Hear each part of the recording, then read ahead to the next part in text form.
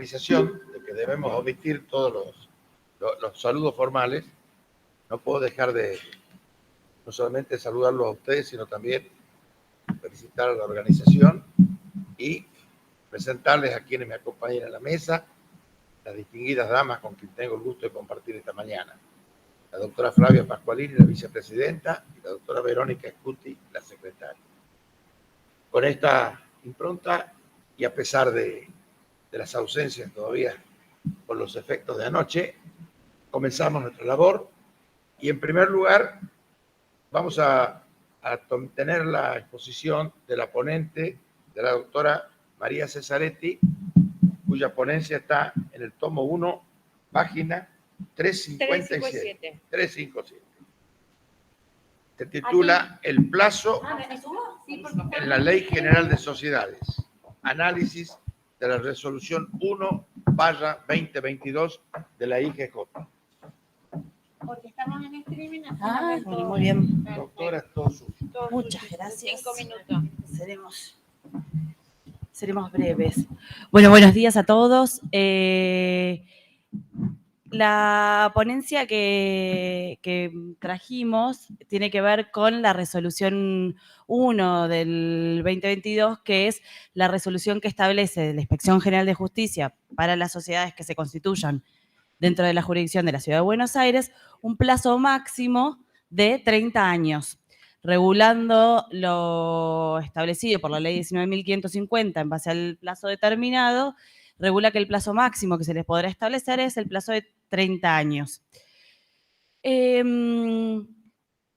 Elegimos este tema para traerlo porque nos pareció que, si bien es una resolución que no generó mayor debate, porque en principio pareciera un poco inocua o no trajo tanto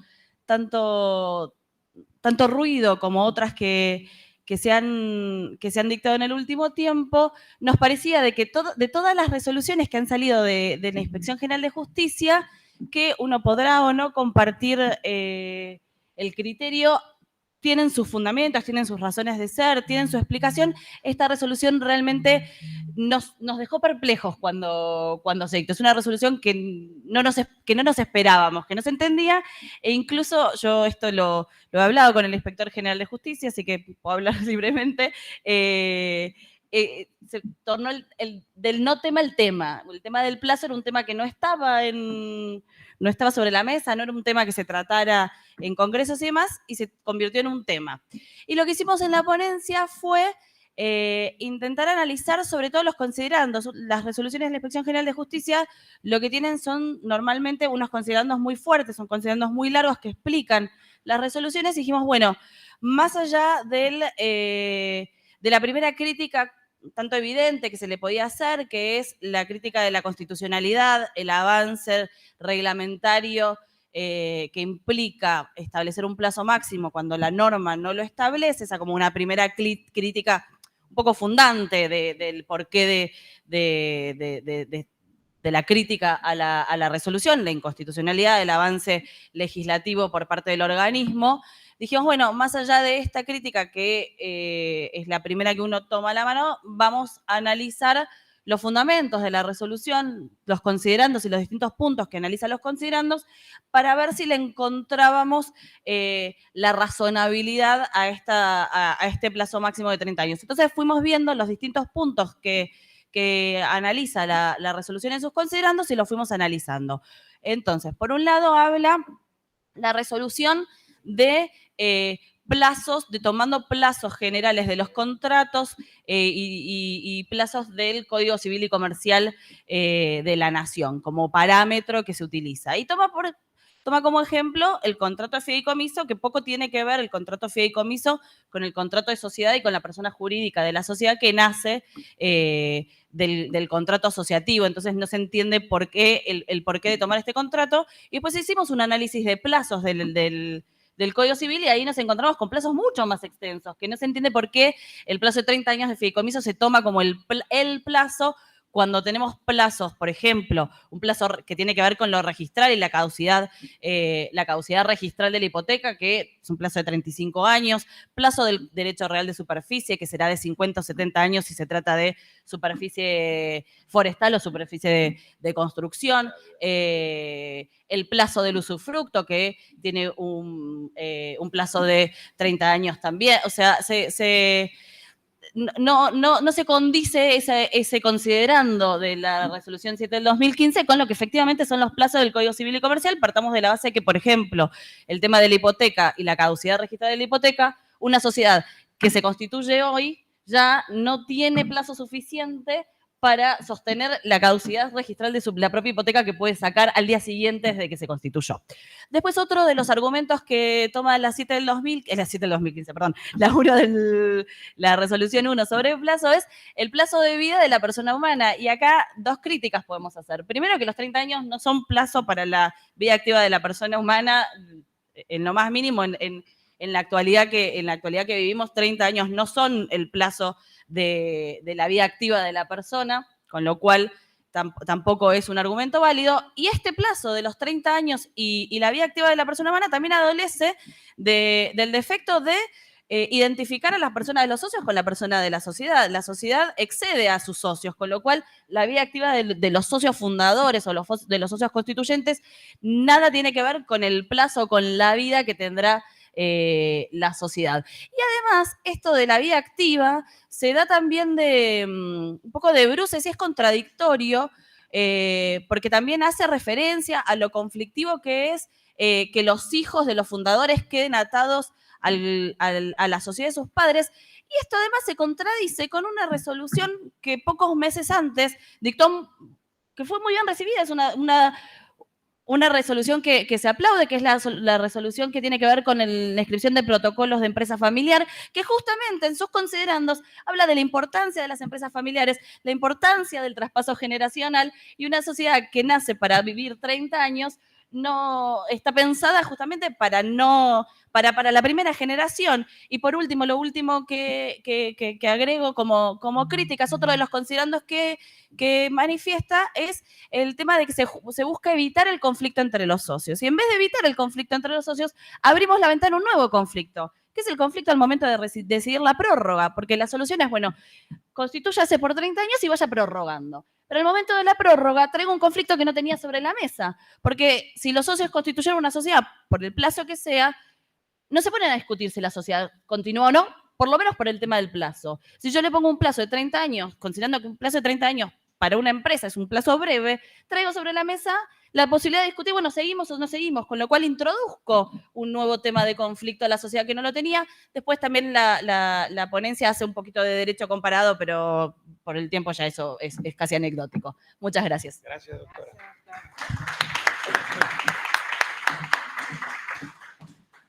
Ahora es el turno del doctor Bernardo Carlino. La ponencia está en el tomo 1, página 363. Se titula La transformación en SAU por unipersonalidad devenida de la SA y del SRL impone una registración abreviada. Gracias, buenos días. El artículo 94 bis impone la transformación de pleno derecho de la sociedad de capital industria en comandita simple y por acciones, omitiendo a las SRL y a la SA, lo cual abrió la puerta a un debate doctrinario aún no zanjado, que no es tema de esta propuesta. Lo cierto es que esta norma imperativa de la transformación no es imperativa respecto a lo que prescribe el artículo 77 de la Ley General de Sociedades, por cuanto ese proceso de transformación está previsto para la plurilateralidad de socios. Por ejemplo, en el inciso primero se habla del acuerdo unánime de transformación, cuando en realidad al quedar un solo socio eso es inconducente. En el inciso segundo se habla de un balance especial de transformación, que es un tormento para contadores y para operadores del derecho porque exige una gran cantidad de normas especiales, pero acá no tiene sentido porque la unipersonalidad devenida se da por la acumulación en un solo socio de las partes de capital, lo cual es un negocio privado salvo que hubiera una acción de exclusión o un conflicto judicial resuelto de esa manera. Así que no afecta al patrimonio neto, al balance, ni justifica este paso. Luego sí, en el inciso tercero, hay una mención explícita a que se debe redactar el acuerdo de transformación. Esto implica que solamente el contrato original debe adaptarse a la unipersonalidad si es que en los órganos de gobierno y administración se previera otra cosa. Pero está bien que se lo haga, es una cosa simple para el socio único. El inciso cuarto sí impone acá una cuestión interesante, que es la publicación por un día respecto de este proceso de transformación.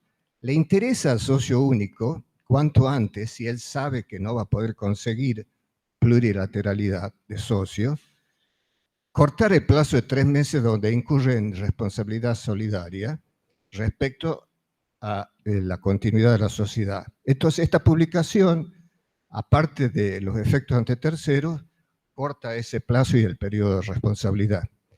Y al último, consideramos que es importante que se inscriba en el registro público de comercio la nueva denominación, porque no es lo mismo XX SRL que SAU, y así con todas.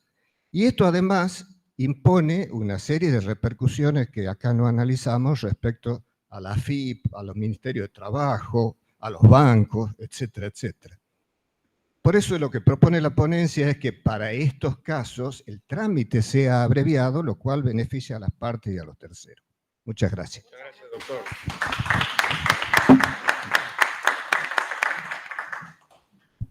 Bueno, en la lista de ponentes sigue el doctor Juan Córdoba González. La ponencia está en el tomo 1, página 367.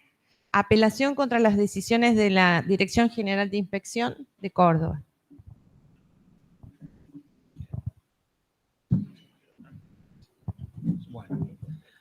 Bueno, buenos días a todos. El tema que hemos traído en esta ponencia está vinculado con el recurso de apelación que las sociedades de Córdoba interponen en contra de las decisiones de la inspección de personas jurídicas que rigen esta provincia. A propósito del pedido de intervención que hacen los abogados de la Procuración del Tesoro en el trámite de la alzada pidiendo participación a los fines de sustanciar el recurso. Se trata, como todos ustedes ya saben, de este recurso de apelación que está regulado en los artículos 169, 306 y 307 de la Ley General de Sociedades. En Córdoba, desde la sanción de la Ley 8652, el trámite de este recurso se sustanció íntegramente en sede administrativa, donde la sociedad debía interponer fundadamente recurso, donde la inspección elevaba el expediente a la Cámara previa vista al área de legales de la repartición, y en el cual contestaba de alguna manera esos agravios y era remitido a la Cámara. En la Cámara llegaba el recurso prácticamente sustanciado, se dictaba el decreto de autos y se resolvía, sin trámites y sin costos. El punto es que de un tiempo corto a esta parte, no más de un año y medio, calculamos, los abogados de la Procuración empezaron a comparecer en el trámite del recurso pidiendo la participación a los fines de tramitar el recurso en sede judicial. El punto es que nosotros en la ponencia nos oponemos a esta intervención de los abogados y a la sustanciación del recurso en sede judicial por dos razones. La primera, que explicitamos en la ponencia, es que el artículo 18 bis, que regula el recurso de apelación en el ámbito de la provincia de Córdoba, no prevé expresamente la participación de los abogados del Estado, ni en el trámite de la ley 10.724, que modificó este régimen recursivo, manteniéndolo en la órbita administrativa, ni en el ámbito de la ley 10.784, recientemente sancionada en diciembre del 2021, donde se dispone que el recurso de apelación debe sustanciarse conforme a las previsiones del Código de Procedimientos. Esto aparecería que lo deriva a la sustanciación judicial ante la Cámara. Se prevé en ninguna de estas dos normas la participación expresa de los abogados del Estado. Y el segundo motivo que no ha sido de todo explicitado en la ponencia, pero surge íncita de la misma, que es tal vez el más importante y el cual me parece que es el que debemos poner más atención, es el que tiene que ver con que la participación de estos abogados, de la sustanciación del recurso, en definitiva, ante la Cámara, termina perjudicando a la sociedad. ¿Por qué digo esto? Porque, como os dije anteriormente, desde siempre este recurso no tuvo trámite en la alzada, no generaba costos, directamente llegaba ya prácticamente sustanciado y la Cámara solamente tenía que dictar el decreto de autos y resolverlo. Una vez que se notificaba al apelante, el expediente se devolvía a la Inspección de Personas Jurídicas para que siguiera su curso. No tenía ningún costo adicional en sede recursiva. Hoy en día esta situación parece que tiende a cambiar. Y esto es lo que a nosotros nos ha llevado, nos ha motivado proponer este tema a debate de la comisión. ¿Por qué? Porque genera ciertas consecuencias procesales negativas para la sociedad. Primero, mayores trámites, mayor tiempo de sustanciación. A los plazos de interposición y de elevación que deben observarse en la sede administrativa, ahora tenemos que sumarle los plazos de sustanciación del recurso ante la Cámara. Primero. Segundo, aumenta costos. En el régimen anterior, la Cámara resolvía sin trámite, y al no haber trámite, el recurso resolvía sin costas. Hoy en día, si vamos a admitir el trámite del recurso en sede judicial, ese recurso necesariamente, como hay intervención de profesionales y como hay trabajo profesional, lleva costas. Esto significa que si la sociedad pierde el recurso, la Cámara debe imponerle costas a la sociedad y regular los honorarios a los abogados del Estado. Por otro lado, aumenta la burocracia. La burocracia es claramente, hay más actividad procesal que antes no era necesaria desarrollar. Y ahora, aparentemente, esto es inevitable. Si bien ninguna de estas leyes que han modificado este artículo 18 bis de la ley 8652 lo dice, pareciera que el objetivo que se busca con la participación de los abogados del Estado en el trámite del recurso es defender la decisión que la inspección toma respecto de los trámites de inscripción de las sociedades ante la justicia. Y por eso prevé la sustanciación del recurso con la participación expresa de los abogados de la Procuración.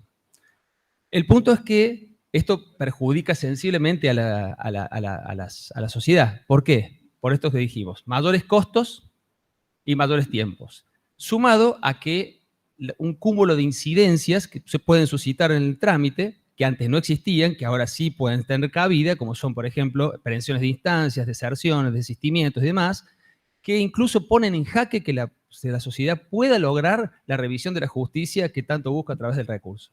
Nada más. Muchas gracias.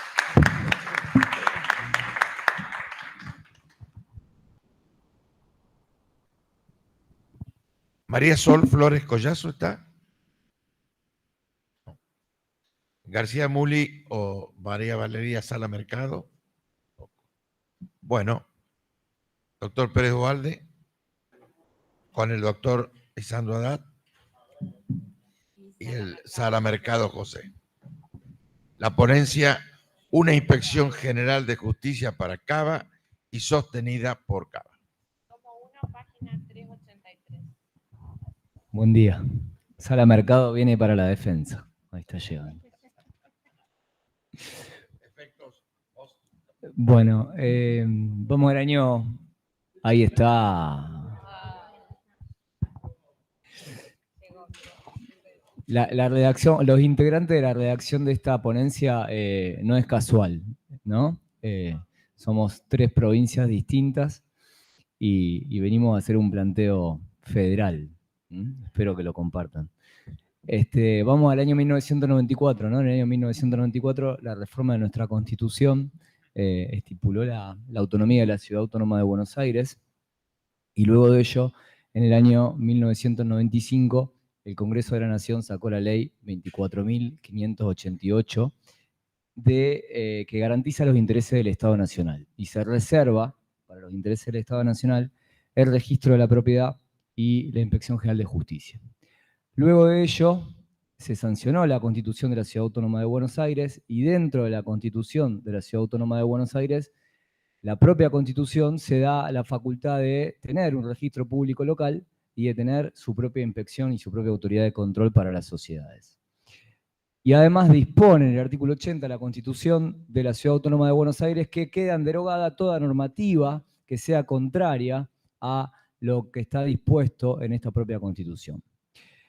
Luego de ello se sancionó la ley 2875, la sanciona la legislatura porteña, donde crea el registro público, pero lo subordina su funcionamiento a una serie de convenios de coordinación con la nación. Y en una cautelar se judicializó, lo judicializó curiosamente la propia Fiscalía Comercial, lo fiscalizó y mediante una cautelar hoy esta ley se encuentra suspendida. El punto es, en nuestra ponencia, que como sabemos la Inspección General de Justicia tiene solamente competencia para la ciudad autónoma, pero la mantenemos entre todos.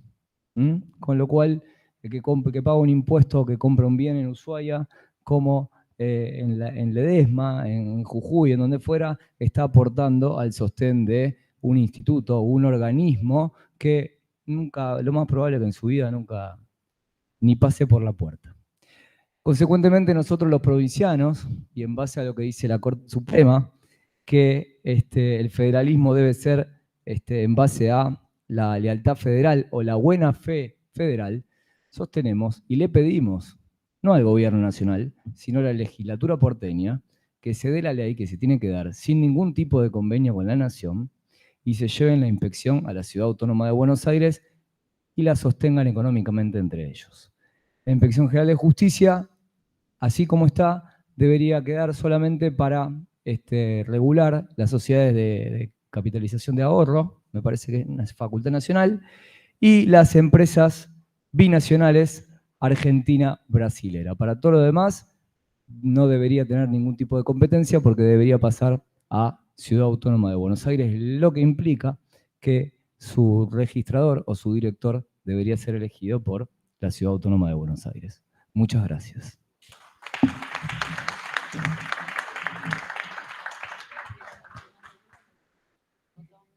Bueno, vuelvo a convocar si está María Sol Flores Collazo, no. María Valeria Sala Mercado o Cristian García, tampoco. Bien, entonces abrimos el espacio para el debate y en primer lugar anotamos la lista de oradores.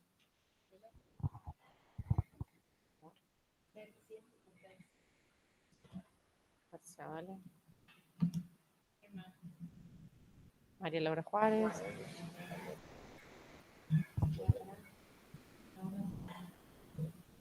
¿Alguien más?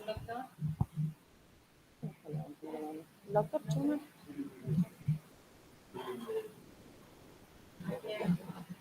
Doctor. ¿Cuánto? ¿Perdón? Negri. Sí. ¿Alguien más?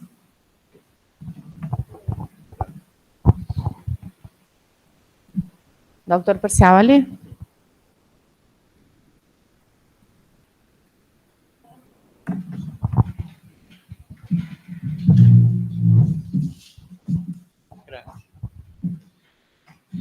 Bueno, en referencia a la primera ponencia de la escribana Cesaretti, a nosotros nos comprenden las generales de la ley, tenemos el honor de integrar la cátedra del doctor Nissen en la Universidad de Buenos Aires hace muchos años, y lo que yo veo que el tema del plazo a la sociedad es un tema que se viene debatiendo hace bastante, ¿no?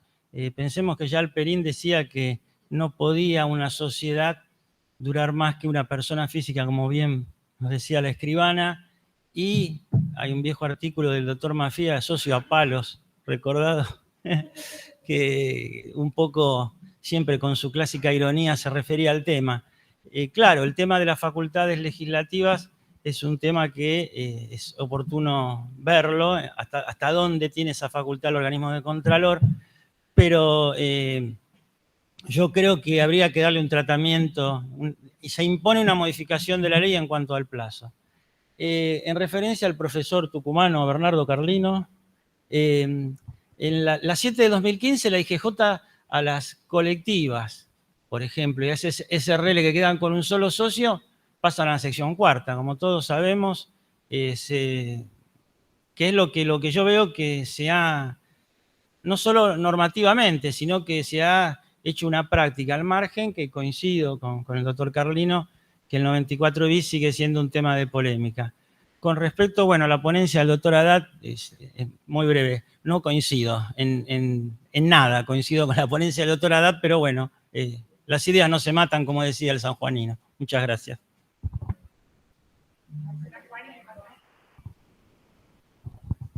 Bueno, hola, buenos días. Respecto a la ponencia de los doctores Haddad, Pérez Walde y Sala Mercado, bueno, como provinciana también no me queda más que coincidir plenamente. No tenemos por qué las provincias sostener un organismo que no nos beneficie en absoluto, así que me parece una muy buena alternativa. Y respecto a la ponencia de mi colega de Córdoba, respecto de la intervención de los abogados del Estado, también coincido porque me parece que es innecesario por el costo y por el tiempo, es decir, porque es claro en que llega ya sustanciado en apelación. Me parece que la ley es clara. Con respecto a la ponencia de María Cesaretti, bueno, ahí yo ya tengo mis dudas. Creo que es un tema, la del plazo, que merece que se converse, que se analice. La Corte ya ha dicho que los plazos sine die no corresponden, ¿no? Entonces, me pongo desde el punto de vista del socio minoritario, que muchas veces se queda atrapado dentro de la sociedad y que habría que ver si no habría que, no sé si a los 30 años, pero darle a muchas veces una cláusula de salida, y creo que los contratos generalmente no lo tienen, y creo que el tema del plazo, no me quiero adherir a ninguna de las dos posturas puntualmente, pero es un tema a valorar, ¿no? Porque creo que el sentido es una de las pocas resoluciones, quiero aclarar, que más o menos coincido o puedo tener algún tipo de preferencia respecto a las que ha dictado la IGJ, pero me parece que es un tema que se debe estudiar porque cuando apenas lo vi dije, bueno, esto puede ser para un conflicto societario una salida.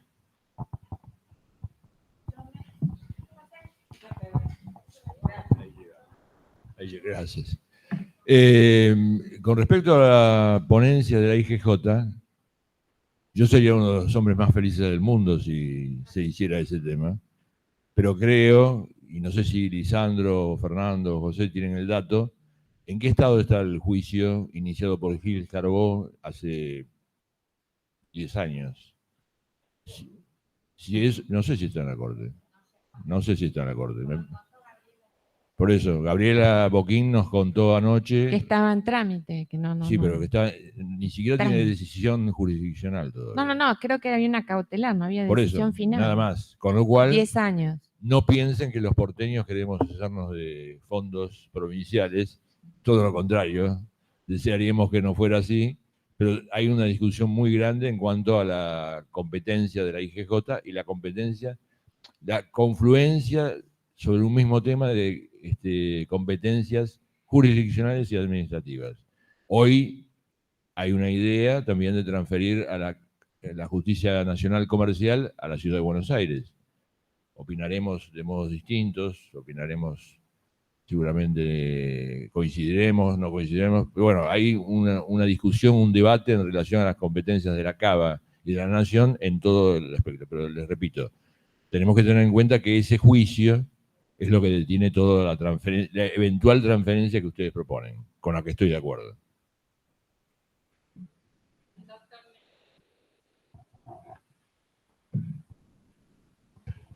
Gracias.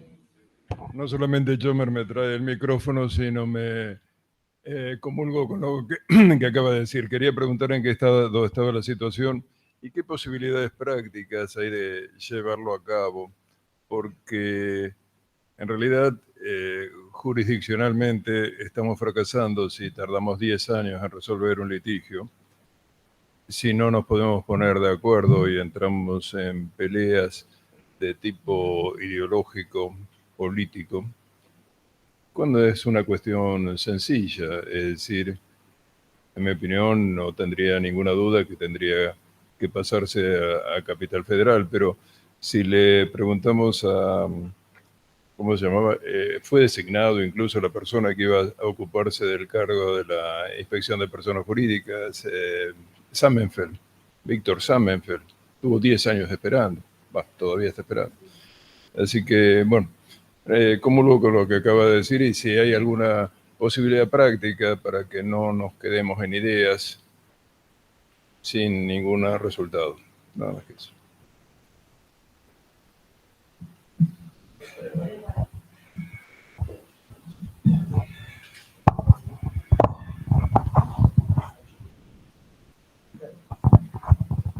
Bueno, buen día. Un comentario sobre la ponencia de la doctora Cesaretti, que escuché la mitad, pero la estuve viendo, bueno, imagino. A ver, me parece, y seguramente tal vez lo has dicho, el artículo 155 del Código Civil y Comercial de la Nación es muy claro en cuanto a que lo que expresa respecto del plazo, ¿no? Y el 11, inciso 5, por eso lo di por descontado. Me parece que lo que hay que trabajar, creo, es en el derecho de receso. Eso es lo que tenemos que realmente profundizar, flexibilizar para las sociedades por acciones, incluso cuando digo por acciones, digo todas las sociedades por acciones, y en eso también es importante el rol del juez, ¿sí?, a la hora de dar salida para así destrabar los conflictos. O sea, no creo que mejoremos la situación de los conflictos por el hecho de acortar un plazo o elegir un plazo al voleo de 30 años. Nada malo ocurre si una empresa o una sociedad dura más que lo que puede vivir una persona. Me parece que eso no tiene ninguna relación en ese sentido. Respecto de la ponencia del doctor Carlino, adhiero con la misma, estoy totalmente de acuerdo, y me parece, en la referencia que hacía Perciavale respecto de la resolución 7, está claro que no se legisla a través de resoluciones. Lo lamentable es que ese 94 bis lo realizó la misma persona que hizo la resolución 7, o sea, pero mucho peor hecho justamente el 94 inciso 7, porque todos sabemos que tenía otra hechura, digamos, estaba redactado de otra manera el tratamiento de la sociedad unipersonal, y sin embargo, la famosa mano negra que llaman algunos, que no es mano negra, en todo caso es canosa con lentes y peticita, me parece que no tuvo el acierto, digamos, de legislarlo eso como corresponde. No sé si ya hago la defensa de nuestra ponencia, aprovecho, porque soy el último. Bueno, no, respecto de lo que comentaba el doctor Perciavale, lamento que no des razones. Yo en todo caso los voy a invitar a pagar los gastos de la DPJ de Mendoza, a todos los porteños, entonces con eso tampoco yo daría ninguna razón. Como lo dijo el doctor Chomer, es una cuestión política, es una cuestión de caja, y es una cuestión que también le es imputable al gobierno anterior que tuvimos, que poco hizo y poco feliz fue para solucionarlo. O sea, acá esto no es un tema político de gobierno, no, porque la incapacidad también del anterior fue clarísima para poder resolverlo cuando tenía las facultades y el poder, sobre todo, para poder resolverlo, y no lo resolvió. Y ahora, bueno, tampoco lo van a resolver en ese sentido, me parece. Pero ni siquiera le es imputable a este gobierno, diría yo. Yo me voy a permitir 2 palabras sobre esta ponencia. Por supuesto, adhiero totalmente a la de Bernardo Carlino, pero en orden a esta ponencia de Lisandro Haddad, de Sala Mercado y de Fernando Pérez Duhalde, comparto, y creo que es esencialmente político, pero el reclamo no solamente hacia quienes lo dirige la ponencia, sino también pienso como provinciano y con criterio federal, como está expuesto en la ponencia, que le tenemos que hacer a nuestros legisladores, porque nuestros legisladores que nos representan en el Congreso de la Nación son los que deben tener esta iniciativa. Y no veo, perdóname, Marcelo, no veo en el disenso cuáles son los fundamentos del disenso, porque la ponencia claramente está referida a una cuestión presupuestaria en orden al compromiso federal y a lo que manda la Constitución. Y no hay nada más que una oposición por oposición, sino fundamental por qué esto que le están diciendo tan claramente, y creo que todos estamos de acuerdo en que el respeto a la Constitución es lo primero, no está puesto claramente. De manera tal que me adhiero y sumo, creo que hay que hacer un trabajo desde nuestras respectivas jurisdicciones para que nuestros representantes ante el Congreso tomen esta iniciativa. La doctora Cesaretti pidió con replicar.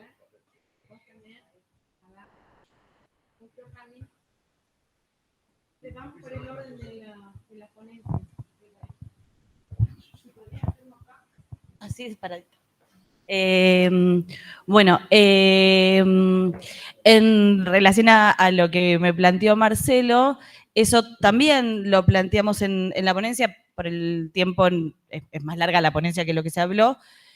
Uno de los argumentos o una de las considerandas es justamente que hay un error en la 19.550 en decir que el plazo debe ser determinado, pero no poner un máximo. En esto vuelvo a repetir lo que dije sobre el planteo de constitucionalidad de la resolución. No es el mecanismo para resolver errores de la norma la resolución de la inspección. Realmente en esta resolución se ve muy claro ese exceso reglamentario casi legislativo, porque uno puede coincidir, decir, bueno, en realidad plazo determinado debiera ser más corto, más largo, lo que sea, pero realmente no es el camino para corregir el error legislativo establecer un plazo en la resolución. Más allá de esto, yo considero, y contestando, que no es el camino para resolver el conflicto acortar los plazos. El conflicto con el socio minoritario que se quiere ir de la sociedad y demás, tiene que tener otro camino, que se puede dar perfectamente desde la redacción del contrato. A mí algo que siempre me hace un poco de ruido en esta cuestión del minoritario y demás, que es real y el abuso de la mayoría, es el minoritario también participa en la redacción del contrato. Entonces, el rol nuestro como asesores de derecho es prever cláusulas que cuiden al minoritario con posibilidades de salida, recesos bien pactados, ver la forma de modificar el tema del derecho de receso con un pago razonable y no el pago del derecho de receso que prevé la norma, que es por balance general. Es decir, hay otros caminos y me parece que el acortar el plazo de la sociedad, vuelvo a decir un poco lo mismo, no resuelve nada, sino que nos abre una ventana a un nuevo conflicto. Y desde el punto de vista empresario, si ustedes, si miramos las empresas, siempre las empresas que son centenarias y demás, es un valor el plazo que tiene. Desde 1925, o sea, esto al empresario le suma una sociedad que, que ha vivido mucho tiempo, porque frente a los consumidores y demás, también se plantea desde otro lugar. Así que, y bueno, lo que me planteaba Fernando, del Código Civil, que establece que tendrán plazo indeterminado, salvo ley especial, está dicho en la ponencia, así que de eso no digo más nada. Tiene el doctor Carlino, tiene micrófono. Todos.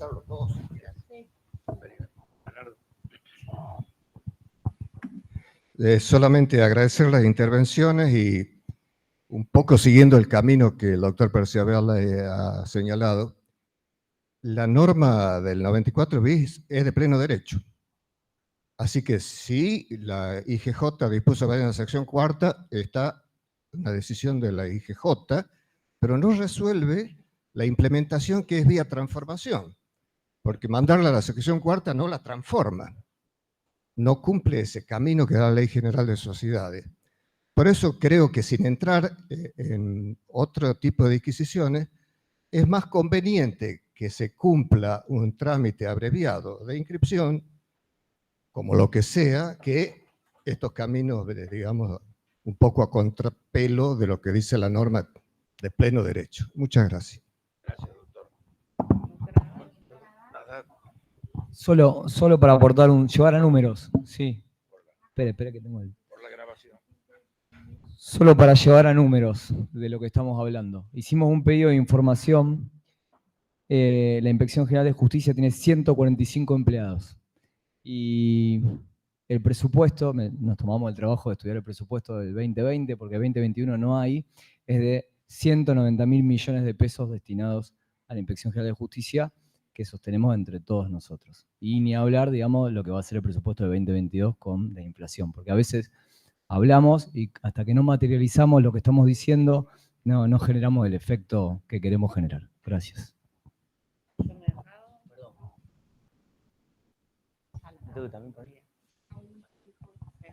Es cortito nomás. Y apoyando lo que decía recién la doctora Cesaretti, hace mucho que venimos escuchando del socio minoritario que no se puede ir de la sociedad. No recuerdo haber visto en el proyecto que se trató en el Congreso pasado y después se le retiró la firma y perdió estado parlamentario, si no puede haber una cláusula de salida, un retiro voluntario, una cláusula legal de salida, subsidiaria por supuesto, la parte la pueden derogar por contrato, de que a los 5 años se puede dar el retiro voluntario y cualquier socio se puede ir de la sociedad, punto final. Si no empezamos con los plazos, que 20, que 15, que si no... Entonces tenemos gente atrapada, hoy es más fácil divorciarse que salirse de una sociedad, esa es la verdad. Uno notifica y el otro día está solo y en la sociedad tiene que mover medio mundo para ver si alguien me quiere comprar, si no. Entonces, ¿por qué no pensar en una cláusula legal después de tanto debate, de tantos años, de 5 años, subsidiaria obviamente, derogable por la voluntad de las partes, de que se puede ir cualquiera de la sociedad? ¿Por qué hay que estar en una sociedad toda la vida? ¿No? Entonces, sin ocasionar daño, por supuesto, que no sea intempestiva, que hay un año para pagar, digamos, no sé, pensémoslo. Bien. Formalmente hemos concluido con nuestra tarea en esta mañana. A propósito de lo que plantea el doctor Sala Mercado, hay una ponencia muy original, a mi criterio, presentada por los doctores Duprat y Echeverry, que trata con una, para mí, innovativa propuesta de dar una idea para solucionar este tema. Bueno, concluir la mañana en esta primera hora no ha sido fácil, por los efectos de la noche, pero he tenido la suerte de compartir la mesa con 2 distinguidas colegas, a quienes agradezco a ustedes la presencia, y tengo que pasar un aviso, porque dentro de 3 años, si Dios quiere, nos reencontraremos en Tucumán. Y